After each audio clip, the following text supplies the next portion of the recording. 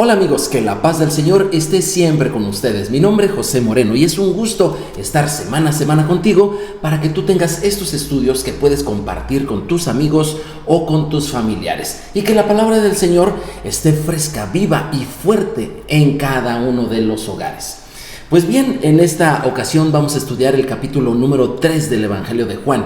Yohanan, aquel apóstol llamado el apóstol del amor, ¿verdad? Esa agua fresca que significa Yohanan, de ahí viene Juan, ¿verdad? Esa agua fresca, esa bendición continua y constante que el Señor nos concede.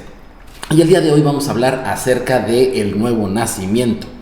Por cierto, estaba en una ocasión un joven y le habla a su amigo: oye, ¿dónde estás? Y le dice: estoy en el hospital. ¿Por qué? ¿Qué te pasó? No, a mí nada, dice, es a mi primo. ¿Y cómo está él? Pues nada, que no puede ni hablar ni caminar. ¿Tan grave está? Le dice: no, es que acaba de nacer. ¿Te imaginas que en una ocasión tú tengas una conversación así con alguien? Qué manera tan curiosa de dar la noticia de que alguien nació. Esto me recuerda mucho al momento en que mi familia nació al Evangelio. No es porque no lo conociéramos, no es porque no supiéramos nada de Jesús. De hecho, en mi cultura todo el mundo sabe acerca de Jesús, y así es en muchísimas partes del mundo. Sin embargo, te estoy hablando de cuando Jesús se hizo presente en nuestras vidas. Recuerdo, era 1980, estábamos desayunando, era un domingo, mi mamá nos estaba preparando ahí el desayuno, todos estábamos contentos y yo tenía a mi hermanito, él apenas tenía 1 año de nacido, lo tenía yo aquí en mi pierna y bueno, yo estaba ayudando para, pues en parte comer yo y darle de comer a él. Esa era mi ayuda, poderle dar de comer a él. Yo tenía en ese entonces 11 años, estaba ya casi por cumplir los 12. Y él apenas tenía 1 año de edad. Cuando de repente él empezó a tener una serie de convulsiones extrañas y yo sentí su cuerpo rígido. Hasta el día de hoy no se me olvida esa sensación. De hecho, cuando abrazo a un pequeñito, cuando tengo un bebecito así cerca de mí, me es difícil no recordar esa sensación y realmente pido al Señor que Dios conceda salud y bendición a todos los pequeñitos. Cada vez que tengo un bebé en brazos, ya sea que sean mis hijos, mis sobrinos o quien haya sido, considero que lo mejor que podemos hacer es orar por los pequeños para que Dios les conceda salud. Bueno, te digo, en esa ocasión estaba yo allí cuando de repente mi hermano empezó a convulsionar y se quedó literalmente rígido, totalmente rígido. Cuando mi papá, unos segundos después, me lo tomó, lo llevó ahí a la sala y le empezó a dar los primeros auxilios. Mi hermano había muerto. Allí en presencia de todos, mis hermanos y yo estábamos conmocionados. Mis papás haciendo lo que podían. Salieron rápidamente, te recuerdo, era domingo por la mañana, salieron rápidamente de la casa solamente con él. Nosotros éramos unos niños, pero no sabíamos nada que hacer, nos dejaron ahí solos. Es comprensible, obviamente. Y en la noche, ya hasta 12 horas después, mis padres regresaron. En ese tiempo no había celulares, no había manera de comunicarse. Pasamos todo el día con la expectación: qué pasaría, qué sería. Por ahí de la noche llegaron mis papás y ya nos empezaron a comentar lo que había sucedido. En el trayecto al hospital, mi madre le pidió al Señor que le devolviera a mi hermano. Mi hermano ya, sus ojos estaban totalmente sin brillo, no respiraba. Tenía ya bastante tiempo así. Desde que le dio el ataque hasta que de repente mi hermano reaccionó y volvió a la vida. Se puede decir literalmente en lo físico que mi hermano allí nació de nuevo. Hay varios casos de la Biblia que hablan de personas que volvieron a la vida, pero no es exactamente de eso de lo que te voy a hablar, sino del nacer de nuevo, que en el caso nuestro no es que mi hermano haya vuelto a nacer en ese momento, sino él regresó a la vida, pero esto ocasionó que nosotros conociéramos al Señor Jesús de una manera fuerte y poderosa, que lo conociéramos no solamente de la palabra, sino que lo conociéramos también de su presencia. Y esto es el nuevo nacimiento. Toma por favor tu Biblia, capítulo 3 del Evangelio de Juan, y dice así: había allí un hombre de los fariseos que se llamaba Nicodemo, un principal entre los judíos. Este vino a Jesús de noche y le dijo: Rabí, sabemos que has venido de Dios como maestro, porque nadie puede hacer estas cosas, estas señales que tú haces, si no está Dios con él. Respondiendo Jesús y le dijo: de cierto te digo, que el que no naciere de nuevo no puede ver el reino de Dios. Nicodemo le dijo: ¿cómo puede un hombre nacer siendo viejo? ¿Puede acaso entrar por segunda vez en el vientre de su madre y nacer? Bueno, aquí tienes tú el texto, la conversación que se dio entre Nicodemo y Jesús. ¿Y quién es Nicodemo? Bueno, ahí nos dice la Biblia que era un fariseo. Cuando leemos la parte que se le llama Antiguo Testamento, ¿verdad? Que como te he dicho, yo no le veo nada de antiguo, es bastante actual. Cuando leemos el llamado Antiguo Testamento, nosotros nos queda fácil o relativamente fácil los papeles de las personas ahí. Por ejemplo, encontramos a un rey, o los reyes son fáciles, los que gobiernan, los sacerdotes, que son los que servían en el templo o en el tabernáculo, ¿verdad? Y pues también tenemos a los profetas, aquellos que daban la palabra de Dios de manera fuerte, viva y poderosa, específica para cada momento en la vida del pueblo de Israel.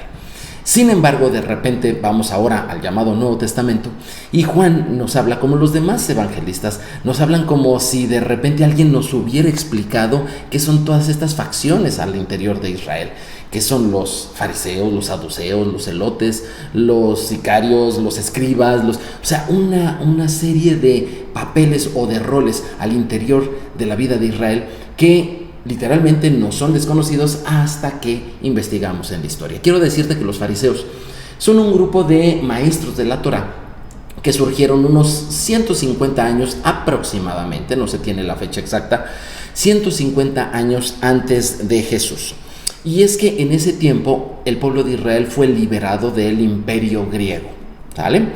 Y bueno, Grecia estaba totalmente metida en el territorio de Israel, en la cultura, y la nación de Israel, al verse liberada, estaba dividida. Es un poquito lo que le pasó a México, ¿verdad? Cuando se vieron libres de la corona española, había dos facciones, unos que querían seguir como antes y otros que querían renovarse y regresar a lo que ellos son. Lo mismo sucedió allá en Israel. Había unos que querían seguir con el modelo helénico, es decir, con la cultura griega, querían seguir con todas esas prácticas idolátricas y todo lo que tenía que ver con Grecia y su cultura, para así no tener más problemas con el resto del mundo. En cambio, había otras personas que no, lo que querían era regresar a su identidad en Israel, y esto obviamente era regresar a las escrituras de el Dios de Abraham, de Isaac y de Jacob. El grupo de fariseos, estos maestros que por cierto eran todos independientes y la mayoría itinerantes, es decir, no tenían templo, ¿verdad? Pero tampoco tenían una sinagoga, sino que eran itinerantes, viajaban por todo el territorio de Israel. Fueron personas que ayudaron al pueblo de Israel a reconocer su identidad como nación, como pueblo elegido de Dios, a regresar a las escrituras y a volver a la fe de Dios. Por eso es que estas personas eran personas que conocían bastante las escrituras. Ahora, quiero decirte que hay muchos contemporáneos, uno de ellos casi contemporáneo de Jesús, que fueron fariseos y que todos ellos fueron totalmente afines a las enseñanzas de Jesús. Te quiero hablar, por ejemplo, de este Nicodemo, que lo visita a Jesús, ¿verdad? Tenemos a Nicodemo, tenemos a Gamaliel, a uno que no fue tan contemporáneo, pero fue muy afín, Gileel. Tenemos a José de Arimatea y, claro, por supuesto, a Saulo de Tarso, todos ellos fariseos. Y con todos ellos, y de hecho con todo el grupo de los fariseos, es con quien Jesús tuvo mucha cercanía. Te digo esto porque hay un estigma bastante malo, erróneo, incompleto y tendencioso acerca de quiénes son los fariseos. Si bien es cierto que era un grupo en el cual también había personas no dignas de llamarse fariseos, y a los cuales Jesús acusó, te quiero decir que Jesús mantuvo una relación continua, constante, directa y cercana con este grupo, el grupo de los fariseos. Ahora, ahí dice que Nicodemo llegó a visitarlo de noche. También se dice que si tenía miedo o pena, cosas. Por supuesto que no. Lo que pasa es que hasta el día de hoy en Israel, inclusive hasta el día de hoy, los maestros de la Torá, y esto no te quiero decir que sean personas especiales con un sacerdocio, no. La gente normal como tú y como yo, pero que se dedica al estudio de la palabra de Dios, comúnmente se visitan y se frecuentan con sus amigos que también hacen lo mismo por las noches. Esto es algo muy normal. Y es que la misma palabra de Dios dice: trabajarás 6 días, trabajarás. Así que es incorrecto eso de quitarle tiempo al trabajo que para estudiar la palabra de Dios. No, 6 días trabajarás, y el estudio déjalo para la noche. Así que visitarse unos a otros por la noche es algo muy normal. Ahora, Nicodemo tenía una pregunta. ¿Por qué? Porque las señales de Jesús eran bastante reconocidas entre los fariseos. O sea, Nicodemo no era el único. Y ahí le dice: sabemos que vienes de Dios. O sea, ya lo platicaron, ya lo dijeron. Y dijeron: este maestro de la Torá viene de parte de Dios. Así que Nicodemo fue a visitarlo, y él tenía una pregunta a causa de las señales que Jesús hacía. Y yo te quiero hacer una pregunta a ti. ¿Qué pregunta? Muchas preguntas. ¿Qué pregunta le harías a Jesús si tuvieras la oportunidad de hacerle solo una sola pregunta a Jesús? Solamente una. Imagínate que va pasando, hay muchísima gente, no tiene tiempo, y de repente se detiene 2 segundos contigo. ¿Y tú qué le dirías? ¿Qué pregunta le harías? Nicodemo aprovechó ese momento y le hizo la pregunta. ¿Cuál es la pregunta? ¿Cómo puedo entrar en el reino de los cielos? Sí, ¿cómo puedo ser libre o salvo de todo esto que me rodea, de esta fuerza helénica, ¿verdad? De querer parecerme a los demás, de querer vivir una vida a pesar de saber del Dios de Israel, querer vivir una vida que no me corresponde con tal de ser agradable a los demás. No quiero eso. Quiero entrar en el otro país, quiero entrar en el reino de los cielos, quiero ser agradable a mi Señor. No es porque desprecie a las personas, pero yo sé delante de quién debo de estar bien. Entonces Nicodemo le hace la pregunta: ¿cómo puedo entrar al reino de los cielos? Vamos a seguir adelante con la narración de Juan. Versículo 5 al 10. Juan 3, 5 al 10. Dice así: y respondiendo Jesús: de cierto te digo, que el que no naciere de agua y del Espíritu no puede entrar en el reino de Dios. Lo que es nacido de la carne, carne es, y lo que es nacido del Espíritu, Espíritu es. No te maravilles que te dije: os es necesario nacer de nuevo. El viento sopla de donde quiere y oye su sonido, mas ni sabes de dónde viene ni a dónde va. Así es todo aquel que es nacido del Espíritu. Respondiendo Nicodemo le dijo: ¿cómo puede hacerse esto? Versículo 10, respondió Jesús y le dijo: ¿eres tú maestro de Israel y no sabes esto? Bueno, obviamente hay muchos detalles que por tiempo no puedo cubrir. Sin embargo, Jesús le está diciendo: mira, hay un nacimiento que sí conoces, el nacimiento de la carne, el nacimiento físico, ese sí lo conoces, ¿verdad? Físicamente en la carne, ¿tú interveniste en algo? A lo mejor tú dirás: a lo mejor tú eres el primo del que te conté el chiste al principio, ¿verdad?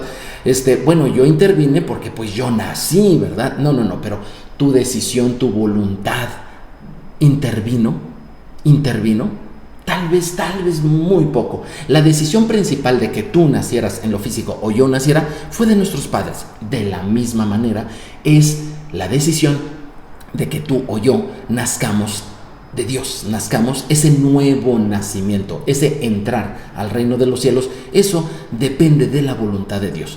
Es cierto, lo que ocurrió aquel domingo en mi familia fue algo que, bueno, no sabemos por qué fue, los médicos dieron su diagnóstico.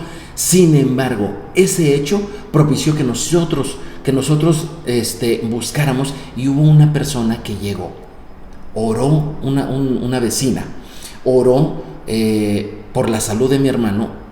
Y maravillosamente mi hermano sanó de esos ataques, jamás le volvieron a dar, sanó totalmente, sanó completamente, y mi hermano no solamente volvió a la vida, sino que el día de hoy, que grabo esto, ahí está todavía, sigue vivo y muy feliz.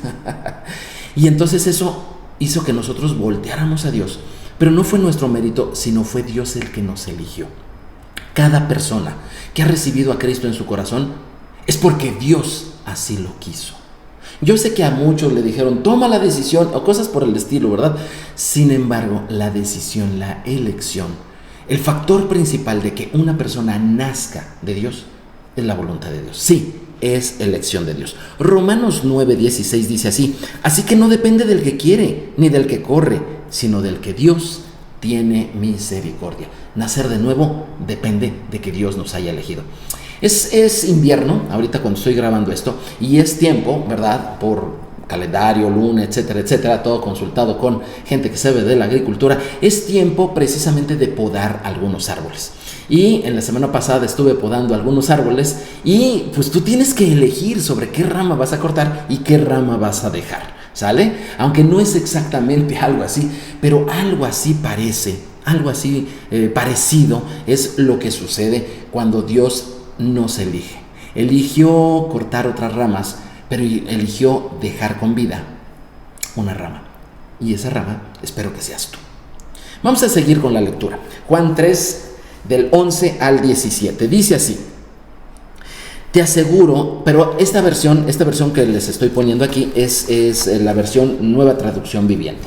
Y dice así: te aseguro que les contamos lo que sabemos y hemos visto, y ustedes todavía se niegan a creer nuestro testimonio. Versículo 12. Ahora bien, si no me creen cuando les hablo de cosas terrenales, ¿cómo creerán si les hablo de cosas celestiales? Nadie jamás fue al cielo y regresó, pero el Hijo del Hombre bajó del cielo. Y así como Moisés levantó la serpiente de bronce en un poste en el desierto, así deberá ser levantado el Hijo del Hombre, para que todo aquel que crea en él tenga vida eterna.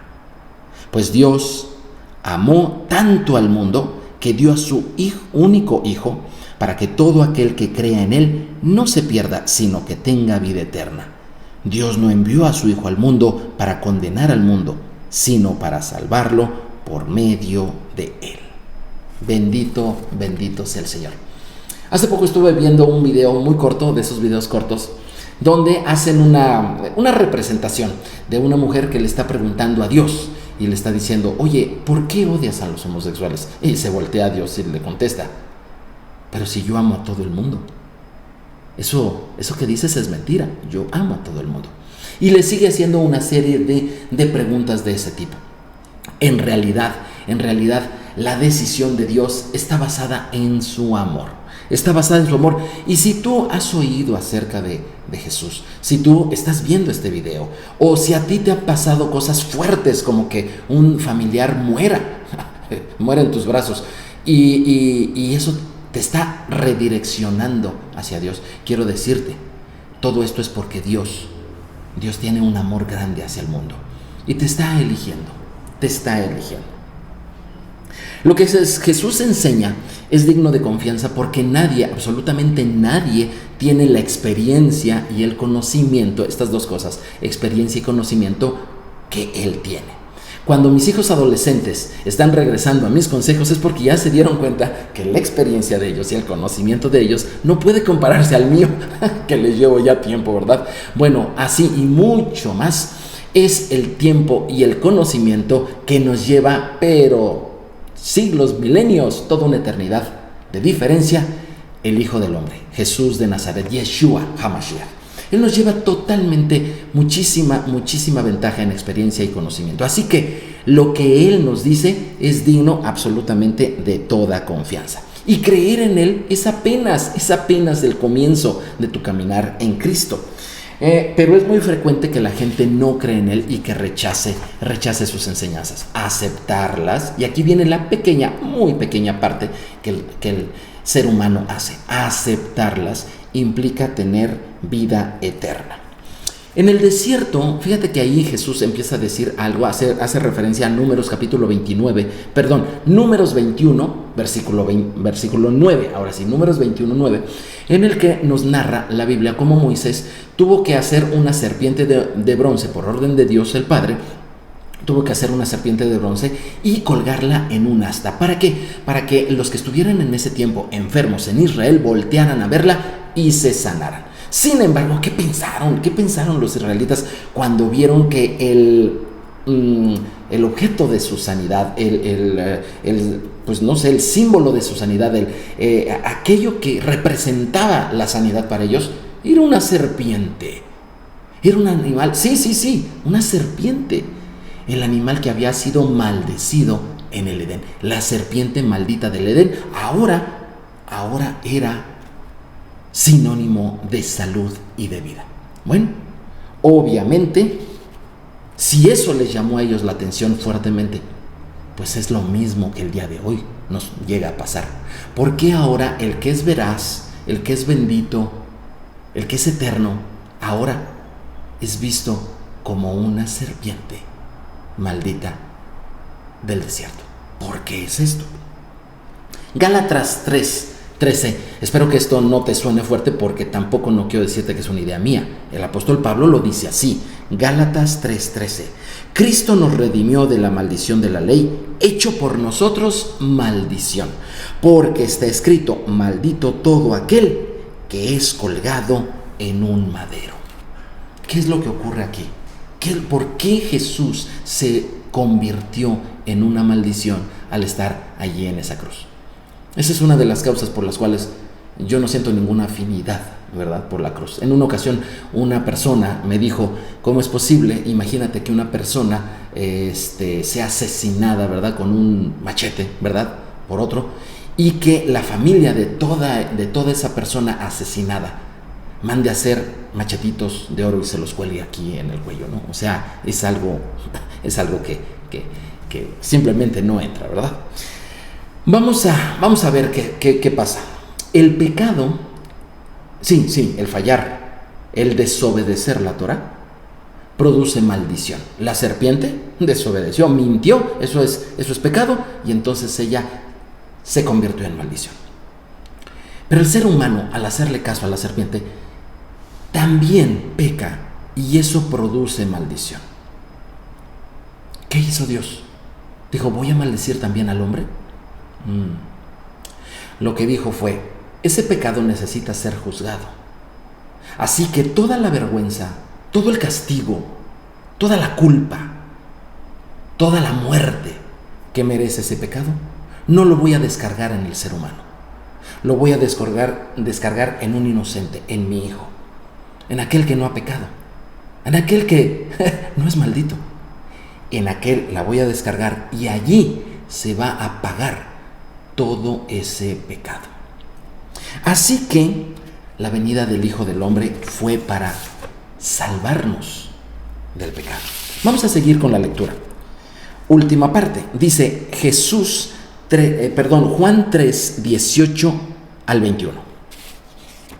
El que en él cree no es condenado, pero el que no cree ya ha sido condenado, porque no ha creído en el nombre del unigénito Hijo de Dios. Y esta es la condenación: que la luz vino al mundo, y los hombres amaron más las tinieblas que la luz, porque sus obras eran malas. Porque todo aquel que hace lo malo aborrece la luz, y no viene a la luz para que sus obras no sean reprendidas. Mas el que practica la verdad viene a la luz, para que sea manifiesto que sus obras son hechas en Dios. Así que creer en Jesús implica reconocer que nuestro castigo por transgredir la Torah, por transgredir la palabra de Dios, le fue impuesto a él. Eso es parte de creer en Jesús. Quien hace lo malo no va a la Torah, no estudia la palabra de Dios. ¿Por qué? Porque no quiere que se dé cuenta, ni él mismo no quiere darse cuenta que sus obras son malas. Pero el que practica la verdad, ese viene a la luz, ese estudia la palabra. Es por eso que debemos de estudiar la palabra. Si tú te fijaste cuando Nicodemo le preguntó cómo puede hacerse esto del nuevo nacimiento, Jesús le dijo dos cosas. Una, debe de nacer del agua y del Espíritu. ¿Qué es esto? ¿Qué es esto? Quisiera yo quitarle un poquito lo ambiguo que se ha vuelto esta parte, recurriendo a lo que dos judíos, conocedores de la Torah, como son Jesús y Nicodemo, están hablando. El agua representa la palabra de Dios, y el Espíritu, realmente ahí dice el ruaj, el viento representa la presencia de Dios. Para que nosotros nazcamos de nuevo debe estar presente la palabra de Dios, la palabra de verdad, ¿sí? La palabra que es verdadera. Cuando Cuando tú encuentras en la Biblia la verdad, o cuando tú escuchas en un estudio como este la verdad, ahí está presente el agua de vida. ¿Qué pasa? ¿Qué es lo que falta? La presencia de Dios. Ruego a Dios para que este video lleve también a donde quiera que Él esté, y las veces que este sea visto, lleve también la presencia, ese viento, ese ruaj, ese Santo Espíritu, que lo lleve para que se conjunten la palabra y el Espíritu, y las personas estén en condiciones, por la voluntad y la elección divina, de nacer de nuevo. ¿Qué es lo que aprendemos del nacer de nuevo?